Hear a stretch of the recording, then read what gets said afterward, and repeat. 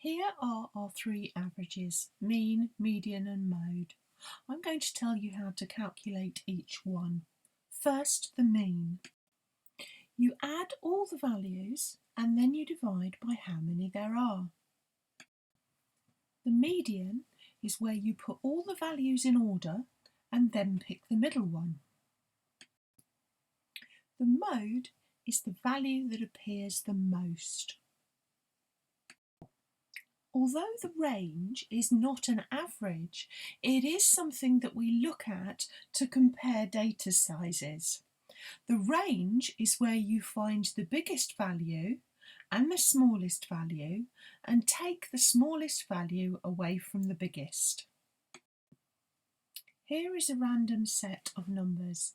I'm going to find the mean, the median, the mode and the range of this random set of numbers. First, the mean.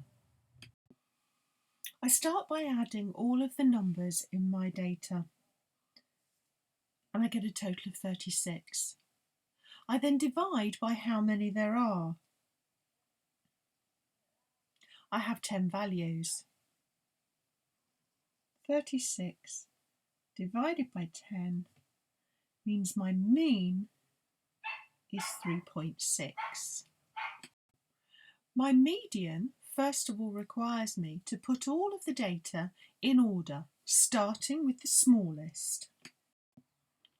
So you can see I'm putting them in order and crossing out the values as I go to make sure that I write down all of the values. And then as a double check, make sure I've got 10. And I haven't. That's because I've missed out 7, look.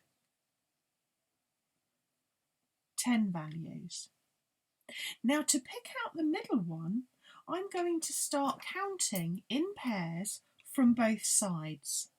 I'm going to cross out the smallest and the largest, 1 pair. I'm going to do that again, 2 pairs. I'm going to keep going until I get to the middle value. Because I have an even number of items in my list, I have 2 middle values. They're the same number. So my median is 3. My mode isn't a calculation but an observation. I want the number that appears the most. And from my list that I've put in order, I can see that that is the number 2. My mode has a value of 2. And for the range, I need the biggest value, which is 7, the smallest value, which is 2, and I'm going to take 1 away from the other, leaving me with a range of 5. Here's another set of data, and I'm going to find the median again. This time it's an illustration of what happens when I have an odd number of data values. This time I have 7. I'm going to cross off as I did before in pairs, smallest and largest. Second pair, third pair, that reveals 1 number in the middle. The median is 5. Now with my last example here, I'm going to do the same thing, crossing off my values in pairs, smallest and largest.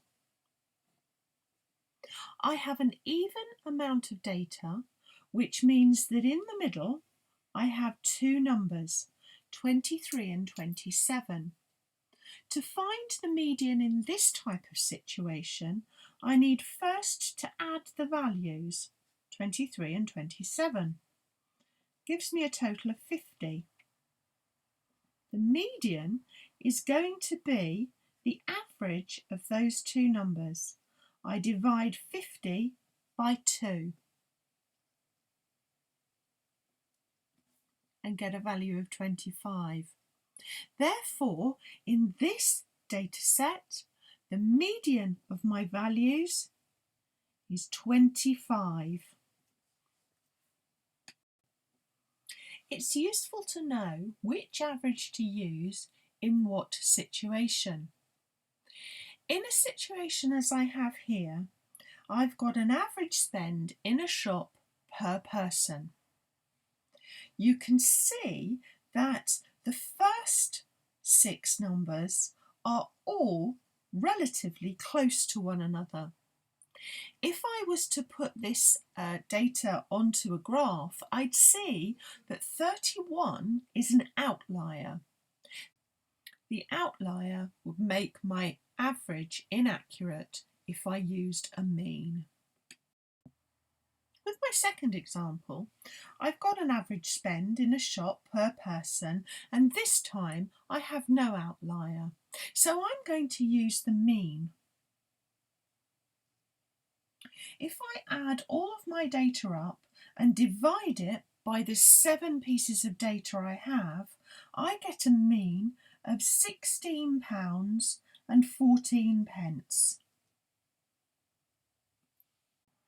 The third example is a table showing the different colour choices of bag a shopper could buy when they went into the shop. In this example, because my data is showing I have 4 pink sales, 10 blue sales, 5 green sales and 7 yellow sales, the best average to use here would be the mode. I use the mode particularly when I have qualitative data like this. And I can see the colour that was sold the most was blue. So my mode here is blue. 10 sales.